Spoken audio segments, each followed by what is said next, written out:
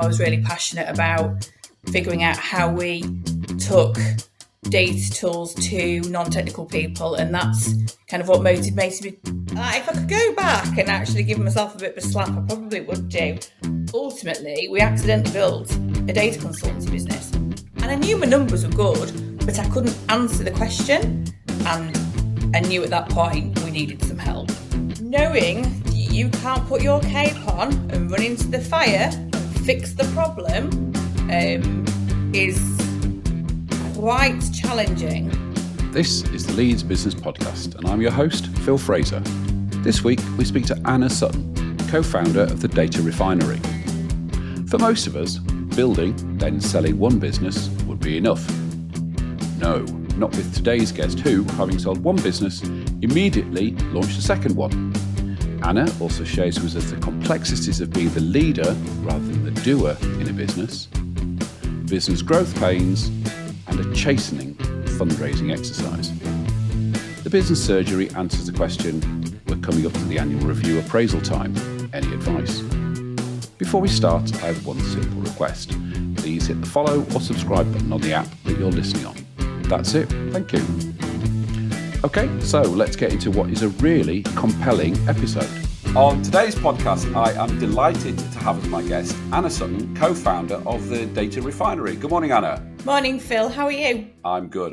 Thanks for coming along. Now, before we start, have you taken private equity in the Data Refinery? No, we haven't. It's a bit of a long and complicated story, which no doubt we'll get into. But no, we are fully, bootstrapped, I think is the current way of describing it. Okay. The reason I ask is today's podcast is brought to you in association with Leeds' best YFM Equity Partners. YFM Equity Partners offer investments from £2 to £15 million, specifically to fast-growing businesses, as well as providing the resources and expertise needed to take your business to the next level. So if you're an entrepreneur with a vision for growth, whether you're expanding your market or scaling your operations, YFM Equity Partners can help you turn your ambitions for your business into reality. But don't just listen to me or my message. Why not listen to our recent episode with Adam Oldfield of Force 24 or episode 23 with Zandra Moore of Pan Intelligence.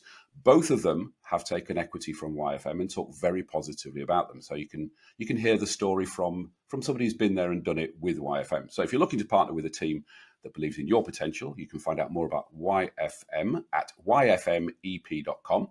That address will be in the show notes below. And when you do contact YFM, make sure you tell them that Phil from Leeds Business Podcast sent you. So, Anna, let's go all the way back to Hallmark cards, a brand lots of people probably know. Just give us a very brief summary of how you got to Hallmark, and more importantly, the trigger that set you off to founding your own business. Gosh, well, that's a long time ago, or it certainly feels like a million years ago. So Hallmark, God, how old were I? How long was that? So I had both of my children there. Well, I had my first one and then was on maternity leave with my second one when I left. I have a background in marketing, and I've been in marketing since I left university. I actually did management science, which is a very fancy title of business studies, with a specialism in marketing, and went into agency life in Leeds. There was a really thriving marketing agency life in Leeds at the time, still is. It's a fab place to work in agencies. And I was always intrigued as to what it would be like working client side. I flipped into Provident Financial, which was my role before Hallmark, which is where I met Ed, who was my business partner at the Data Shed. And then left Provident to go to Hallmark. So I went in there as their e-commerce marketing manager, working in the world of e-com for the first time. And I absolutely loved it. I found it really interesting. So huge amount of learning around seasonality, the commercials of running an e-commerce business, vast amounts of data in terms of understanding this whole new world of, online marketing, PPC, SEO, that kind of thing.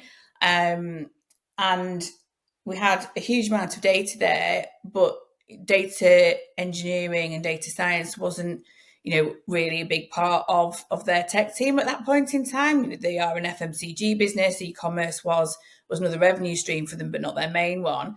And being able to do the kind of data insight that I was used to being able to do back from Provident Financial, which obviously had a much larger analytical team, was was quite challenging, and because I've been exposed to that in the past, it was something that I really knew was possible, but actually the tools weren't available for me as a non-technical person to be able to do that work. So long story short, I spent a good about 3 years at Hallmark, had a lovely time there, really enjoyed it, learned an awful lot. But, I was really passionate about figuring out how we took data tools to non-technical people. And that's kind of what motivated me to move on.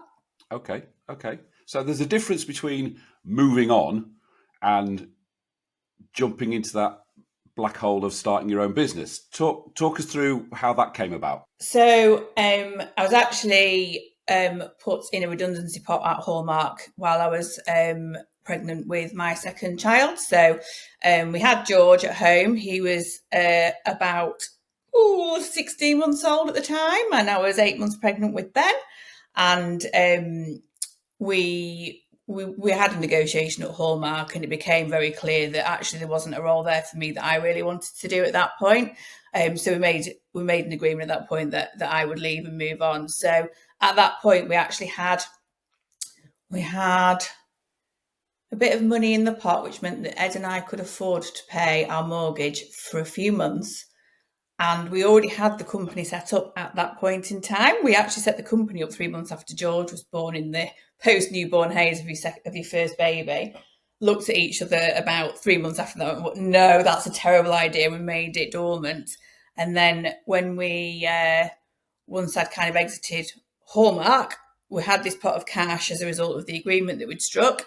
And Ed turned around to me and went, right, I'm going to hand my notice in next week. I was like, what? He said, yeah. Well, if we're not going to do it now, then when are we going to do it? And I was like there with a huge bump and a baby, and Ed went, yeah, that's it. I'm going to do it. Let's do it. Let's go for it. Why not? And I was like, well, yeah, if not now, let's go for it. So I hadn't hugely enjoyed maternity leave the first time round. I felt like my brain completely froze.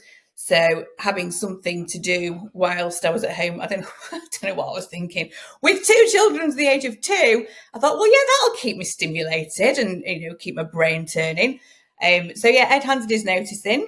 He had a really good job at Jet2 at the time. He was doing a big data engineering charge over there, and we never really looked back. So he set up the data shed really, and I supported from the background, doing all of the stuff that I've been doing for years, kind of project management and things like creds and decks and pitching and all the stuff that you learn how to do in agency world was really, really useful at that point in time. I think we were a bit delirious, if I'm perfectly honest, but it worked out fine. So there we go. Was there a business plan? I mean, how? Talk us through. Ed's given his job in. What is there? Where'd you start? Oh, if I could go back and actually give myself a bit of a slap, I probably would do. However, like I keep saying, it all worked out fine in the end, and we're pretty resourceful people, and we had to work. Like, we had no option. Like, we had to make it work. And ultimately, Ed was a data engineer, and he could go consulting, and he did go consulting. And once the children kind of were at nursery, I also went consulting to keep the money flowing. So let's not make any bones about it. It was not an overnight success. We spent a good 2 or 3 years kind of figuring out how we were going to make it work. So the original business plan, we were going to build the Data Refinery. So we wanted to build a data tool for people like me and people who were working in businesses, to allow them to glue the data together and create something that was meaningful, useful, and allow them to do analytics and insight and build out audiences and understand the customers and understand their organisation, that kind of thing. Turns out building software, as I now very am well aware of, is quite expensive. And, going to market with a piece of software takes a long time. And we didn't have that kind of money, and we didn't have that kind of time. So ultimately, we accidentally built a data consultancy business. And that is how the shed was born. So Ed went out contracting and consulting. I did a few bits in the background, and we kind of got to a place where we started. So we won our first client, and then we could hire. And and we built it piece by piece. Obviously, the time to revenue and profit when you're building a consultancy is much faster than when you're building a product business. So that business model and commercial model allowed us to go bit by bit, go at our own pace, bring in staff, which was probably the most terrifying thing I've ever done. Was the first time we hired somebody and was responsible for somebody else's mortgage. So yeah, we accidentally built a data consultancy whilst we were both completely delirious with no sleep. And within, well, how old would Ben have been? So Ben's my youngest. Ed ended up going to Australia for 6 weeks to work on the Qantas project, whilst I was at home with a 3-year-old and an 18-month-old, I think it was. He came back and proposed to me after that. It was like, yeah, I'm going to give her a ring and hold on to her at that point. Yeah, that was a particularly interesting time. But yeah, we probably won our first client within about 12 months of setting up. Talk to me about hiring your first member of staff, because I remember doing it and I remember being terrified as well. Yeah, we hired Lewis. Ed had got himself a hot desk in Queen's Square as part of the Leeds Beckett kind of offices that they had there. And he was sharing a room with Lewis. And it's like, this guy's great. He's really smart and I'd really like to hire him. And we won a project at that point that actually really worked well with Lewis's skill sets. And it's like, we should really hire him. And, Lewis was quite senior and that was quite a big expenditure at that point. I was like, okay, let's do it. Because ultimately, if you're going to grow a business, that's what you have to do. And this is how organizations grow. Therefore, this is a natural step in the direction of growing this business. And if you approach it in the right way and you have confidence in your pipeline, you have confidence in your offering, that's ultimately kind of underpins your confidence in hiring staff. And that's also, they have to buy into your vision of where you're going, and you have to believe in what you're doing. And I heard George Fairhall talking about this in her podcast the other week, really believing in your vision, understanding and believing in what you offer. That's if you're going to back yourself, then you have to back yourself to take that next step. And yes, it is frightening. And yes, there are a lot of responsibilities that come with that. But ultimately, if that's what you want to do and where you want to grow, that's a step you have to take, and it's the natural next one. So with great trepidation and understanding responsibility, it was something that we knew we had to do when we wanted to do, when we made a really good choice there. So it worked well for everybody. Yeah. Now, when we took on our first member of staff, we took on two. I was petrified. You're now responsible for somebody's mortgage and their rent or their food, or their children won't have shoes to put on their feet. And it just feels hugely overwhelming. But I remember being told at the time by an external consultant, it's actually not as risky as it sounds. And this isn't encouraging people to hire and fire, but you're only really exposed for maybe 2 or 3 months' salary. So, for example, if you take somebody on a let's say 24 grand, your risk is not 24 grand. It's the next two grand or 4 grand monthly salary. So yes, it's the right thing to do, but it's not as scary as it seems at the time, which it does.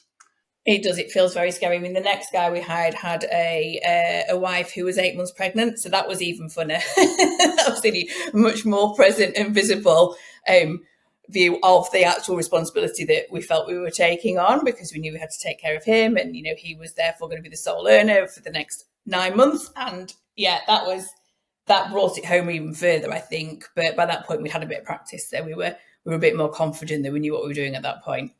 Okay, so the data shed's growing. Let's do both sides of it. Yep. What were the key growth steps, and what were the key shit hitting the fan moments as part of that growth journey? There's a few of those. So like I said, I wasn't really in the business full time for quite a while. So we really kicked it off in the back end of 2013. So Ben was born in August 2013. This is how I remember everything by my children's, what were the children doing at the time, the benchmarks in my brain. And Ben started school in September of 2017. So that was the first time I actually had freedom back for quite some time. And at that point, I was like, right, that's it. I'm coming back to work full time. I really want to get involved now. I've been doing lots of stuff around the edges. I've done a bit of BA work, a bit of project management work. I'd built out kind of the more operational side of the business. Ed was drowning, so he was growing out the data engineering team. We were successful. Things were going really well. But he didn't really have the bandwidth to manage the overall organizational kind of growth and also grow an engineering team, do all the sales, do all the new business side of things. So he was like, right, can you take over the day-to-day running of the business? So you be CEO and I will move into the CTO role, and that's how we'll split the responsibilities. And I was like, okay. And I was pretty terrified at that point because in reality, I know absolutely nothing about data engineering. So I understand what it does and I understand how it helps. But if you ask me to write a line of code or ask me to write an architectural diagram for a data engineering project, I would have no idea. I could probably give an architectural diagram a bit of a stab. But in reality, I cannot do the thing that we are selling. That is, a fairly clear fact, and anybody who works for us is very clear of that. However, at that point in time, being asked to run a business with a team of people who do something I don't actually know how to do myself was very difficult for me. I found that very challenging. I found, imposter syndrome is thrown around a lot, and I know that everybody suffers from it at certain occasions, but I found that quite paralysing at that point in time. That why on earth would anybody follow me when they know full well that I don't understand what their day looks like? And that was a real challenge for me to kind of get past. I worked with a coach on that for a long time, and I still do, for lots of different reasons. But working through that and understanding what skills I had to offer and how I could enhance the business with my skill set and drive it forward while working with them and their skill set, and understanding that I didn't actually have to know in the detail what they do every day, but to trust the team who do know what they do every day to do their work, and I'll do mine, and we all come together around the table. That was a really big learning curve for me. I'd only ever managed one person before in my entire life to that point. I'd never managed a team before. So there was a huge learning curve. I loved it, but it was absolutely terrifying. And I knew that Ed had my back as well. I absolutely have complete 100% faith and trust in Ed. I mean, he's my husband, so obviously, I think he's great. But, working with him I loved it and hated it in equal measure. We're both very happy we don't work together anymore.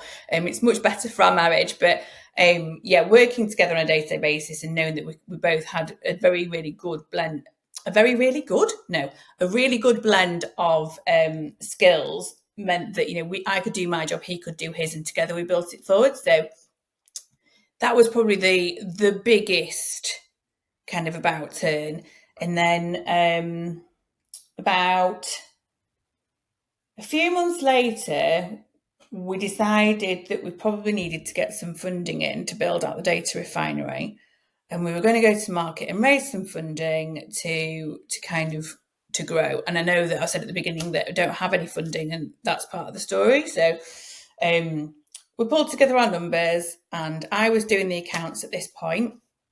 But we went into completely green.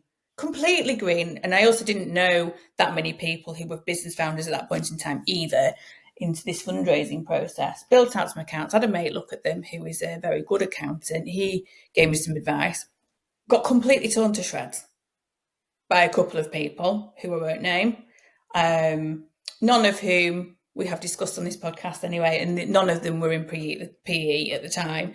And it was one of the most humbling experiences of my life. They were asking me questions, and I knew my numbers were good, but I couldn't answer the question. And I knew at that point we needed some help. So we came away from that. We ended up winning a new client. We were going to grow naturally, and we decided that wasn't the course of action we wanted to take. However, I knew that we needed some support from a financial perspective. So that's when we brought in Phil, who is a great name, by the way, who is our fractional CFO and has been ever since. He's now with me at the Data Refinery. And he brought with him a huge amount of experience. He worked with me at WAV when I was an agency there. He's done all sorts. He's been in London. He's done IPOs. He's done all sorts. You've been there, done that. So a really, really bright fella to bring in, and he just helped us grow up. And that was a big journey, and I'll come on to this later down the line about KPIs and reporting, understanding, and the data that you need and everything else. But at that point, that really was quite pivotal to the business. We won a couple of new clients that really helped us grow, really helped us get that future runway, allowed us to hire a lot more people. We got fill-in. It made it feel a lot more official. We moved offices. We had more space. That was a really fast-paced time. We made a couple of really, really strong hires at that point in time as well that actually, brought with them a really good black book. Hate that phrase, but they knew lots of people, which meant that enhanced our reach in terms of sales and marketing. And we just grew up really fast at that point in time, and that's when scale started to happen. Whole new challenge. But yeah, and then there was another. You keep going, and then obviously COVID, and no one knew what was happening then. And I have never been more proud of my team than the day we closed down the office. So we all knew what was happening. We were reading the data. We're data people, right? We've been gathering data online, looking at it all, having conversations, and we knew where this was going. So we kind of closed the office about a week before the government said we were. But literally everybody rocks up to the office. People were driving everyone else's chairs around Leeds, dropping them off because a lot of the staff were cycling in. People were wheeling bits across the car park and going, "Can I take this for you? Can I help you there?" Everybody was just pulling together to get everybody else sorted, and everyone home. And we all looked at each other and went, "Well, we'll see you when we see you." And we wrote everybody's names up on the whiteboard that day because we had a senior team at that point of. Was there 6 of us? I can't remember. We wrote everyone's names on the whiteboard within the organisation. And I remember this because there were 42 of us. And 42 is the answer to life, the universe, and everything.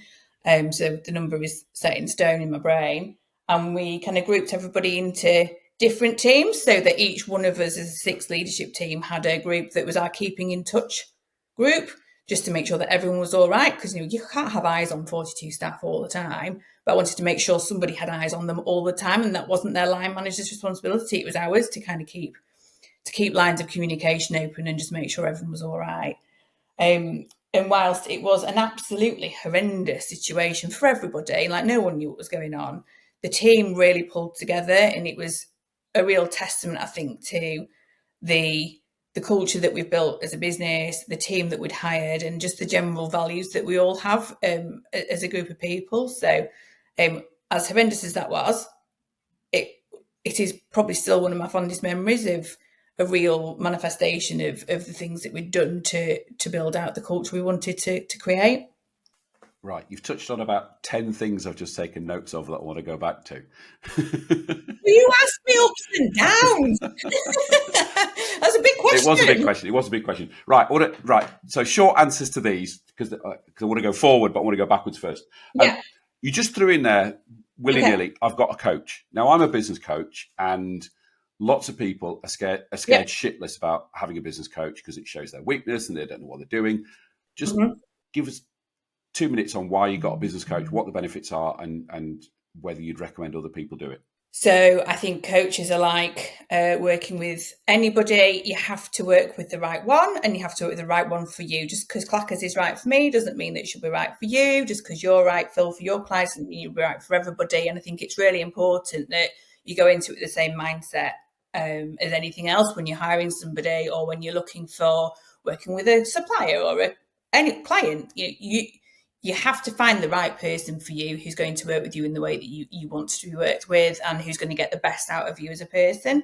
And I'd worked with 2 or 3 and with a few sample sessions. And then I met Claire at one of Leeds Digital Festival's best events, in my opinion, which is the speed networking kind of advice thing. They did it again this year, actually. Now, I sadly wasn't here for it, but you get a bunch of more senior people in a room, or people who can offer advice, and you have people like me right at the beginning going, I've got no idea what I'm doing, and you go with your problems and you work your way around the room and you get loads of advice.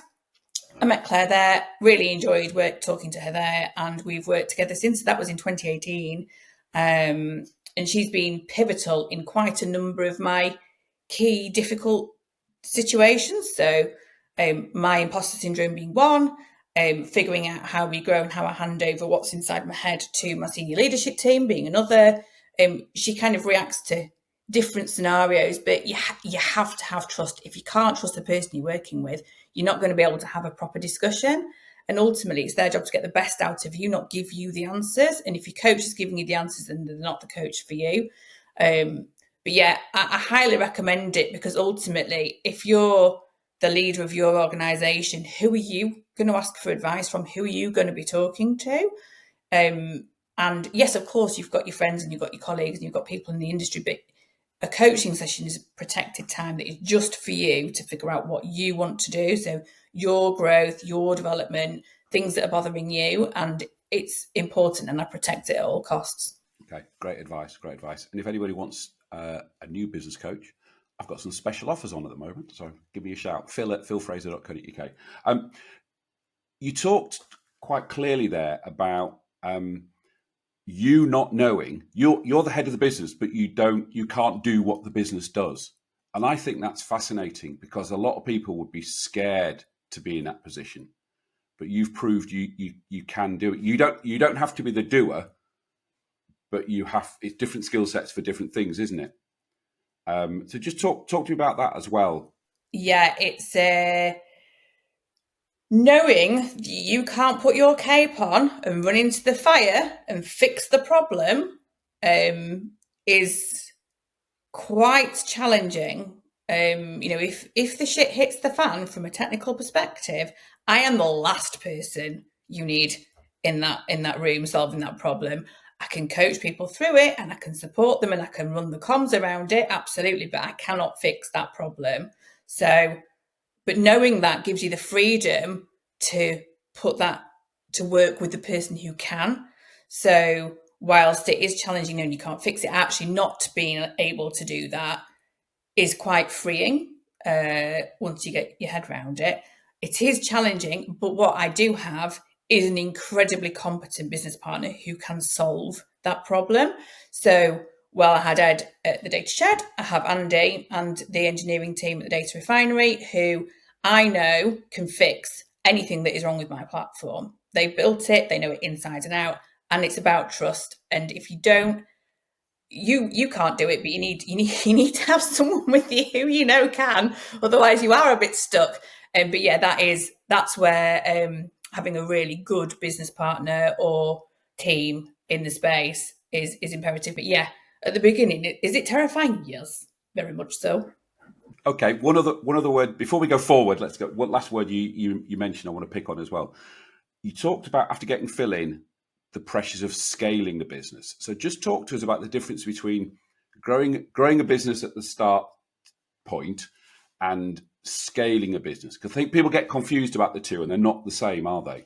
They are very much not, because I'm back in startup land and it's completely different. So I missed startup pretty much last time because I was at home with the children, and Ed did, carried the big weight of startup at the Shed. Doing startup at the Data Refinery is quite a sobering experience, because I know how to scale a company. I apparently don't know how to start one up. This is a completely new experience for me, and this is what I'm working through now. So that's been a real learning curve over the last 18 months. But yeah, scaling a business is about chopping bits of your own job off and giving it to somebody else and letting them run with it and trusting it. It's about understanding how you keep. When you're a founder, you can see everything. A startup, you can see everything, you can touch everything, you can solve everything. You know there's a problem just by looking around the room. The minute you start to scale, you can't, things can be on fire and you might not see them for a week or two, because you don't actually have that hands-on kind of touch point every day. And there's all sorts of things you need to think about. It's scaling, it's building the organisation, having, how are you going to build an organisation with good accounting structures and good accountability structures? How are you going to make sure that there's decision making going on in the right way, within the right framework? You can't be a blocker. As a founder, in the beginning, you're used to making all of the decisions, you're used to being able to see everything. As you scale, you completely lose that level of visibility, and you cannot be the only decision maker left in the business. So ultimately, it's a structural change. So how do you go from you doing everything to ultimately you doing nothing, but being able to see everybody else doing everything and understanding what is going on in your business?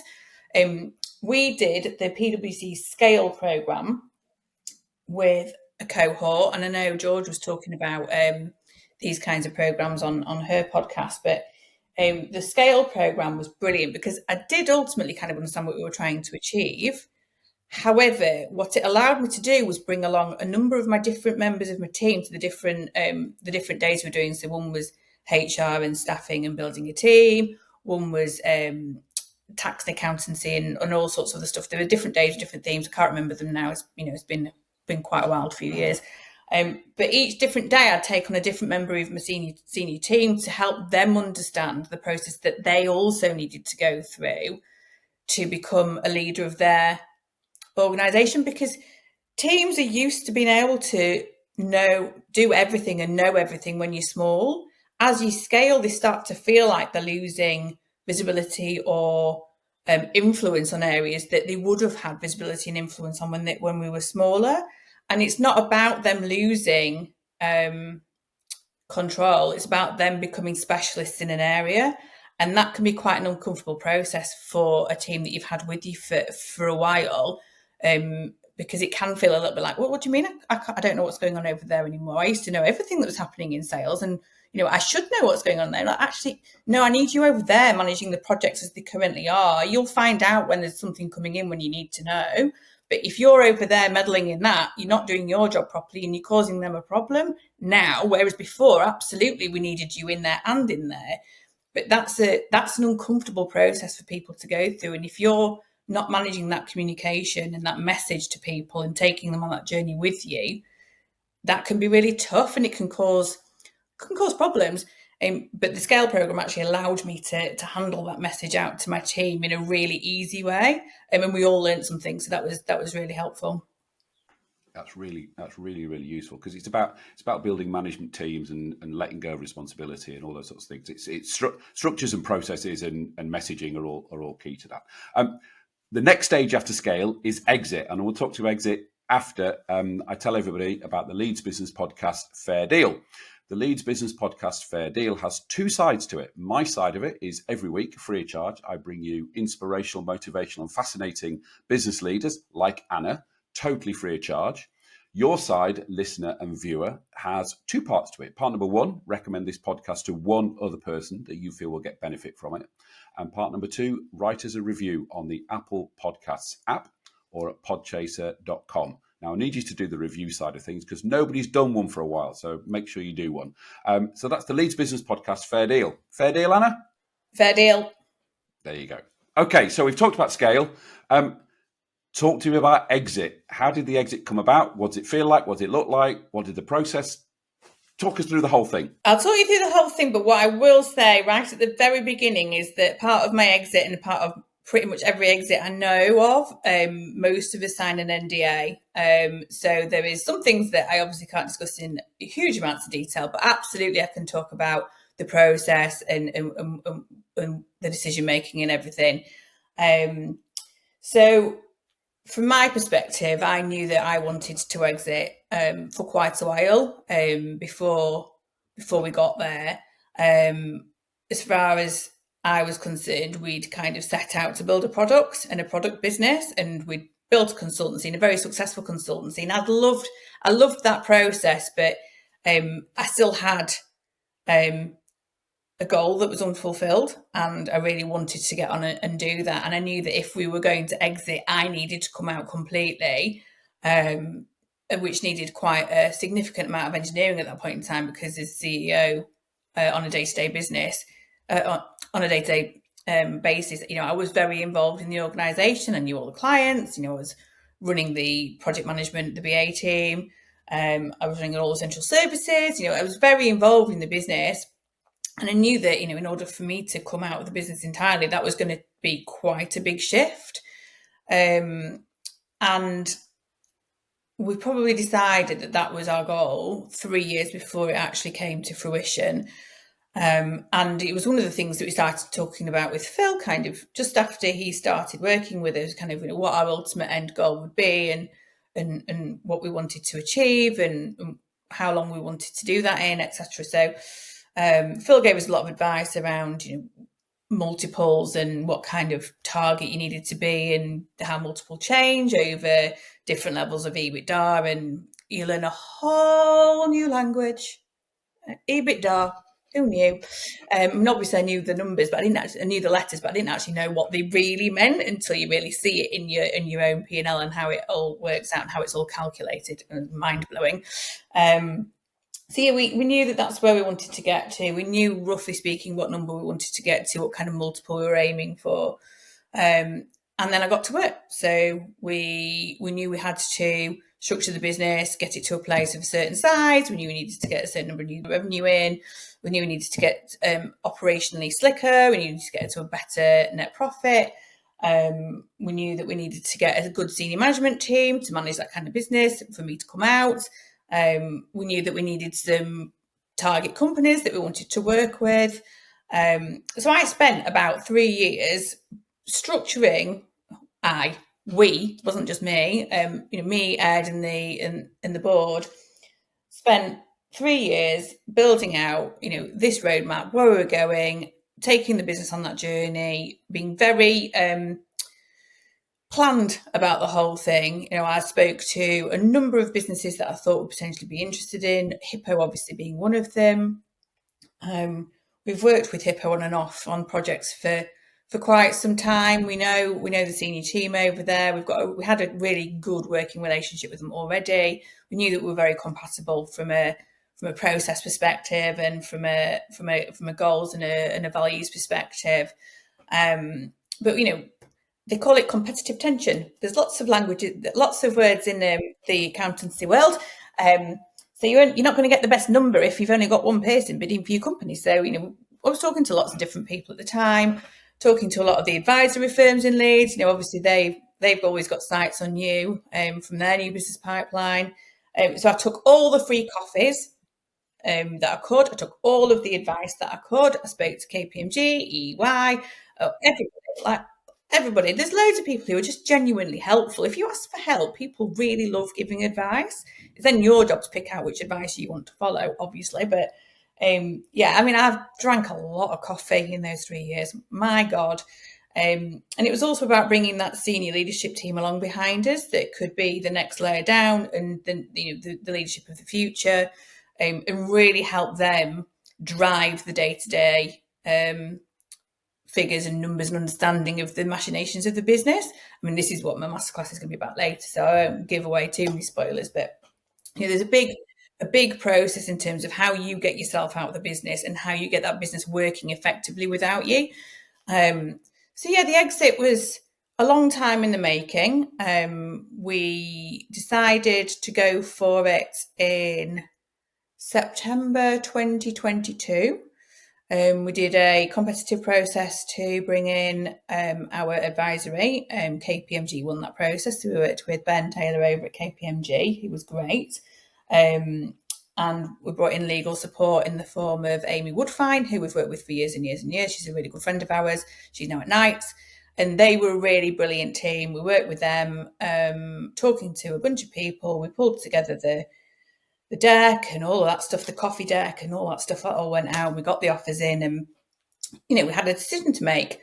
And we went into exclusivity on the 29th of December, I think it was. Certainly, it was just after Christmas, because we were all hoping to get it done before Christmas, but it kind of leaked just past.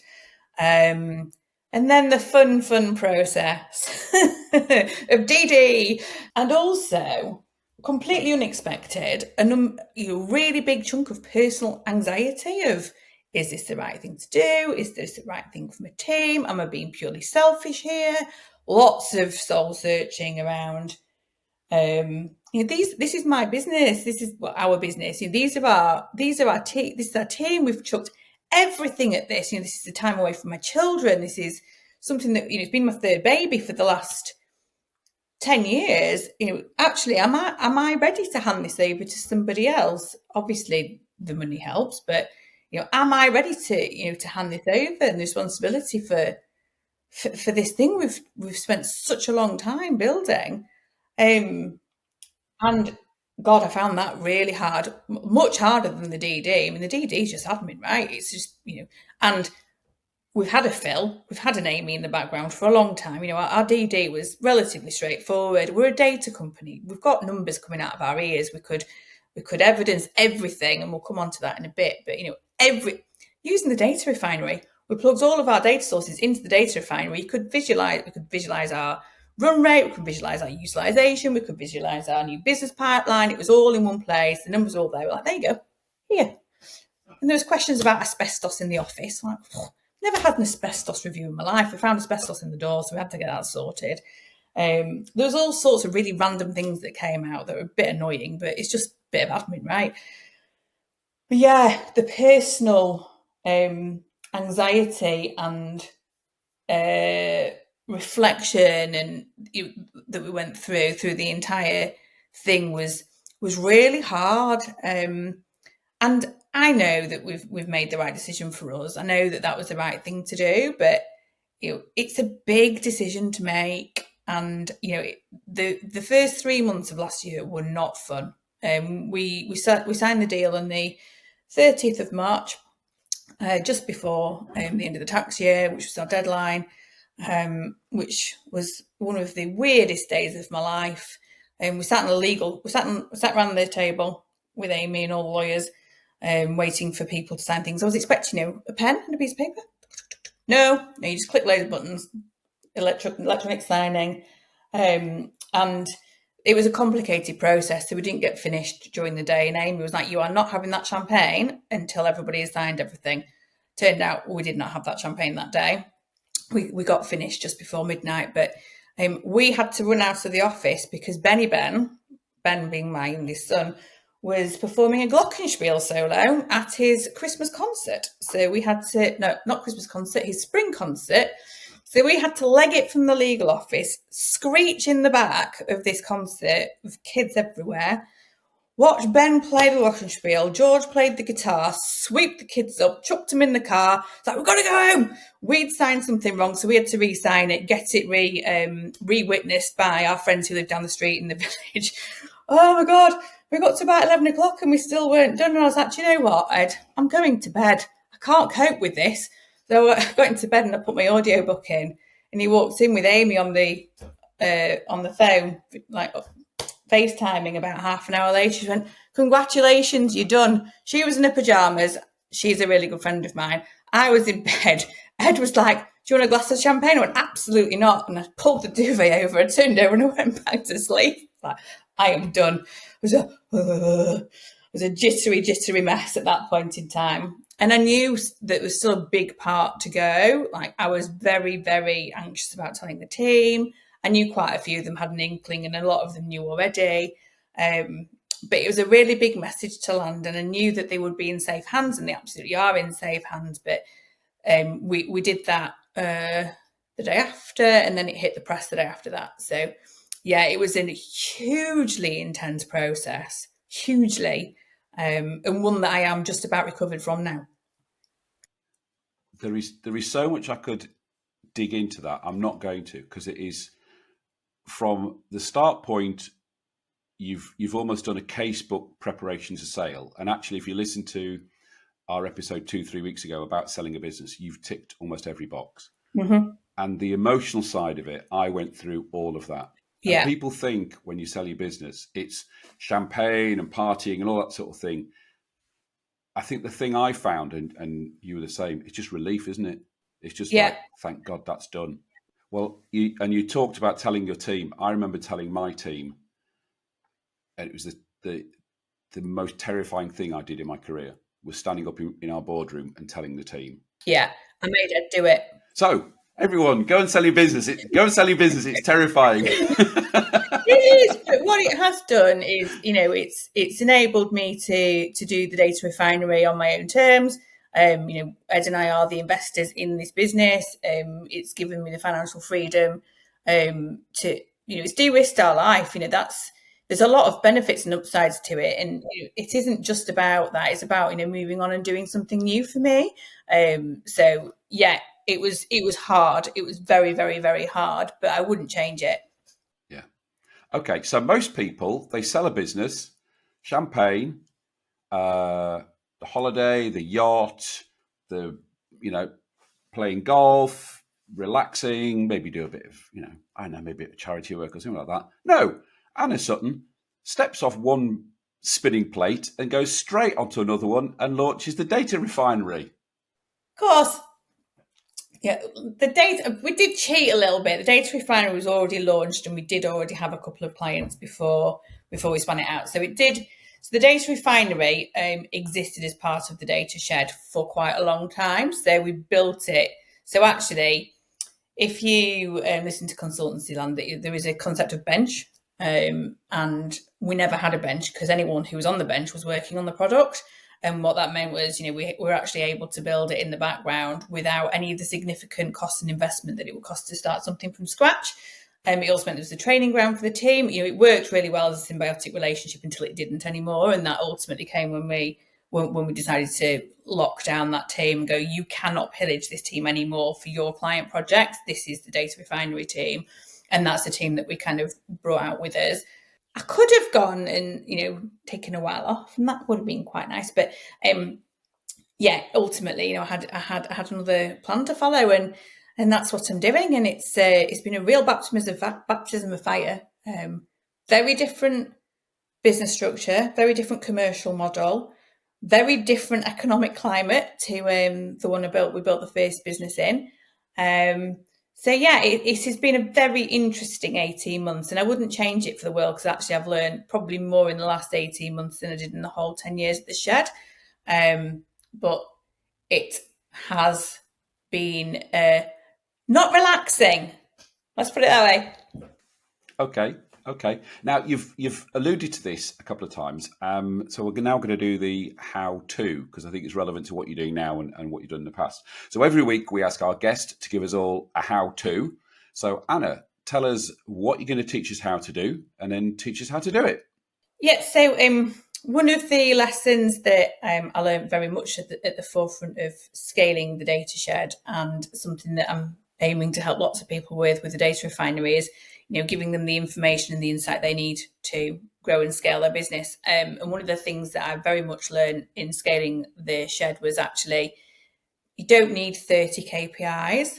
38 KPIs are no good to anybody. What you need is a simple, clear set of numbers that help you get to where you're going to go. So I have some notes here so I don't forget anything. So I've written a step-by-step process to getting to the KPIs you need to scale your business in a simple way.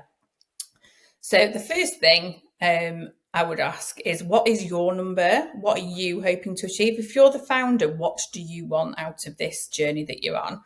It could well be, what's your long-term goal? What is your long-term strategy for the business? But ultimately, what is the number you want to achieve? For us, we sat down, we said we wanted to get to 10 and 2. So 10 million turnover, 2 million profit. That was our goal. That's what we wanted to achieve as an organisation. That was where we were aiming for. Because Phil told us that was a good number mainly, but ultimately that's you get to 10 and 2, people treat you as a serious business in consultancy land. I was like, right, cool, that's what we need to get to. And then I sat down and I worked out what my personal number was. If I take that multiple and I have that EBITDA, what does that give us after we've paid all the tax, all of the EMI options out, we've paid all of the staff exit bonuses? What does that leave us with as, Ed and I, married couple, 2 kids, house here? What do we actually need for the rest of our lives to live the way we want to live? And that was our number. Does that number equal that number? Yes or no? Right. Yes, it does. Great. Let's go for that. So that was our number as a business, which meant that we, as our number personally as founders, got what we wanted out of it. Then we worked backwards. So what is the important underlying number that helps us get to that goal? So for us, there were three key numbers, but starting with the number one, which is profitability. What's the key driver of profitability in the business? It is utilization from a consultancy perspective. So step one is what's your number. Step two is what are the key strategic parts of your business that help deliver that number. So 10 million turnover, 2 million profit. What are the key parts of the business that help you get there? For us, it's organisational health, which is profit. Staff, so making sure that we had a good, healthy team that wasn't churning too much. So making sure that we were keeping hold of the staff. I don't know if you remember how hiring was 3 years ago. It was bloody hard work. So, keeping hold of the really good quality staff that we'd invested in and making sure we were growing in a way. And the third one is obviously clients. We're not going to do anything without our clients and driving that revenue growth. So we break it down into those three key components. I would argue with the Data Refinery, it's still those three, but with a fourth, which is the quality of the tech stack, because we have a product underneath it. So we might go with four. But ultimately, we knew that we needed three key numbers to make sure that we're keeping eyeballs at all times on those three things that were going to drive us forward to that ultimate outcome. So from an organisational health perspective, it was utilisation. Do we have enough people charged out at the right rate at the right percentage of time? Staff, it was just, staff retention number. And clients, we just kept an eye on ultimately top line revenue growth. There was lots of stuff underneath it, but it was those three key numbers that we went, right, everybody, these are your numbers. Hands down, I don't care about anything else in terms of other numbers right now. If these numbers, you're not on top of them, then we have a problem. If these numbers are good, we're all good, fine. And then you need to then look at how are you going to calculate those numbers and where is the data coming from? Because ultimately, your number is nothing if you've got inconsistent data underneath it and you can't trust it. I mean, hello, I'm a data person. This is what I'm all about. So your data quality is important. How are you going to calculate that number? If you've got Sue in HR calculating, my HR lady isn't called Sue, by the way, but if you've got Sue in HR calculating staff churn in one way, and you've got somebody in finance looking at staff retention in a different way, and they both come to a boardroom with a different number, and you spend half an hour arguing about it rather than actually looking at the problem underneath it, then that's no good. You need consistent numbers calculated in the same way with the same quality data set underneath it every month or every day or every week or however often you're reporting on it. So an agreement about what that number is and how you're going to calculate it that everybody knows and understands.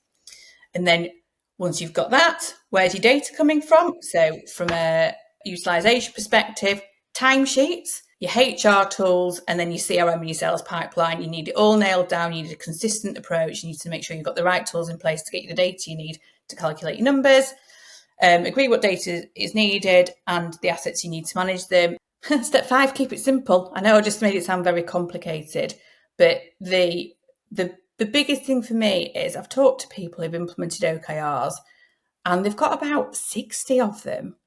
And I'm like, how does anybody manage?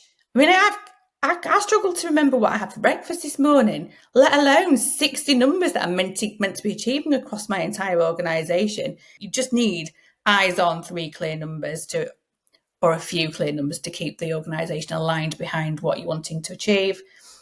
And then step 6, the most important bit is how you communicate it to your team. So you might know what your numbers are, but if they don't know what your numbers are and how they're responsible for delivering those numbers and what their role is in delivering that number and how they can influence it, then you're never going to get anywhere.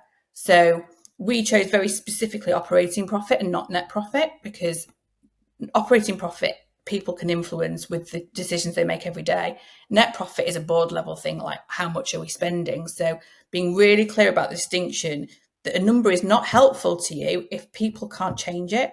So being very clear on that KPI and how people are accountable for it and what they can do to influence it, really important. And to close that loop, how are they going to report back to you? So yeah, keep it simple. Pick out the numbers that really drive the value in your business that people can influence and make sure you communicate it properly. Anna, that is absolutely brilliant. That is absolutely brilliant. We had a consultant who came into our business and did something similar. and nailed down. We had about half a dozen KPIs, and they were the only ones we looked at. So brilliant advice. And anybody who is running, and you're running any size business, follow that system. It's the quality of your data, what you do with it, and how you communicate it, and how it cumulatively how it relates to your targets. And actually, this week's business surgery question ties in quite neatly to what you were just talking about. So every week we ask our listeners and viewers to send in their business problems for myself and a guest to try and solve. So this week's problem came from Mike Steele. Mike hasn't told us his business name. Very simple one. He says, we're coming up to annual appraisal time. Any advice? So I'll give my 10 penneth, then Anna, you can give your 10 penneth. The first thing I would say is, why are you doing annual appraisals? That's far, far, far too long. There is no point in doing an appraisal on the 31st of December and say, well, on the 2nd of February, this happened. I didn't like it. It wasn't very good, or it was very good, blah, blah, blah, blah. What we did in our business is I had weekly 15-minute one-to-ones with every member of my team. And the structure of that meeting was the team member had the floor for the first half of it, and I had the floor for the second half of it. And the topic of discussion was anything the team member wanted to talk about. It might be personal, might be business, might be what's affecting them, what's gone well, what's gone badly. And by doing that, you have eyes on the problems and the issues and the good stuff immediately, and you can give feedback immediately. So in our business, the only appraisal I think we had was a year-end pay review, and that was it. Everything else was done on a weekly basis. So, Mike, that would be my advice. Anna, what would you say to Mike? Echo. I mean, my biggest problem is the word annual in there. But to give a slightly different lens on it from the Shed perspective, we did a quarterly people review. So yes, we had weekly one-to-ones where there was an expectation that, line managers would check in with the staff, and that, any issues, and we had a real strong feedback culture at the Shed, and everyone was taught feedback training. Almost the first thing they did when we walked in the door was how to take accountability for your own feedback and driving change yourself. But we made sure that we had quarterly eyes on, right, how is this person doing? When are they going to be ready for promoted? How do we get them there? Is there anything that they need to get them there? Do they need some more training days? What is our expectation of this person? So this is kind of alludes back to the talent map I was talking about earlier. We had everybody on that map. And the thing that used to annoy me so much in the land of annual appraisals was if I joined a business in February, but the annual appraisals were done in December, I wouldn't get one that December. I'd be looking at another year and a half before I even got, into the pot for, my annual pay review. And I was just like, just completely unfair. So whilst the quarterly, took a while to set up, and it was a bit of a cadence to get into. But what it meant was you're not saving it all up for the end of the year, which is a huge mammoth task. We used to do annual appraisals at Hallmark, and we had forms to fill in. And I get it, a big organisation, you have to figure out something that that works, that allows the team to be able to manage that from a HR perspective. But while we're smaller, being able to just have this kind of rolling program of people reviews, and people develop at different rates, right? You need to promote them at different times. If someone's working really hard, don't wait a year and a half to promote them. You'll lose them. That's nuts. So yeah, lose the annual and figure out a more sensible cadence that takes some of the weight off. There you go, Mike. Hope that's not upset everybody in the team, but you're going to have to cancel those annual reviews. So if anybody else has got a business problem they want me and a future guest to try and solve, drop me an email to phil@leedsbusinesspodcast.com and we'll try and solve your business problem. So the last question for you, Anna, we ask all our guests this: who are you going to give a shout out to? So this is a bit of a random aside to everything else we've talked about actually today, Phil. So as you may have noticed, I'm a woman of a certain age. I have two children. They are now aged 10 and 12. And over COVID and lockdown, I started to struggle awfully with perimenopausal symptoms, and my GP was next to useless. I mean, they obviously had quite a big burden and a weight on at that point in time. So my issues probably weren't at the top of the list of their to-do list. But I really struggled, and through word of mouth, I was recommended to go to livy.uk, which is run by a Leeds pharmacist called Melissa Sukia. So she set up in 2021. So having been completely ignored and having my issues completely avoided by the GP at that point, I was like, right, take matters into my own hand. She offers an online service where you can go, they'll look at your bloods at the right time of the month so they can understand what is going on with you and then give you advice. And also they can give you the HRT that you need to deal with those symptoms, and they check in with you and you get all sorts of support. So Melissa is from Leeds. It's a brilliant Leeds business. She's very, very qualified to do what she's doing. It's very new, so I just wanted to give her a bit of a shout out and a boost because I really believe that what she's doing is very, very helpful, certainly for women like me. I can't remember a thing. Literally everything is written down in this notebook. Even with HRT, there is no amount of estrogen that is going to bring these brain cells back to life. So but it's certainly improved dramatically since working with them. So I just think it's a really great business of the future that we've got growing in our tech scene here at the moment. So I just wanted to take a moment to give Melissa a bit of a boost. Great stuff. And there will be a link to Livy in the show notes if anyone wants to get in contact with her. Anna, it's been absolutely brilliant. Thank you very much indeed. Thank you for having me. I hope that you enjoyed this episode. Make sure you hit the follow button so every new episode gets sent straight to your phone.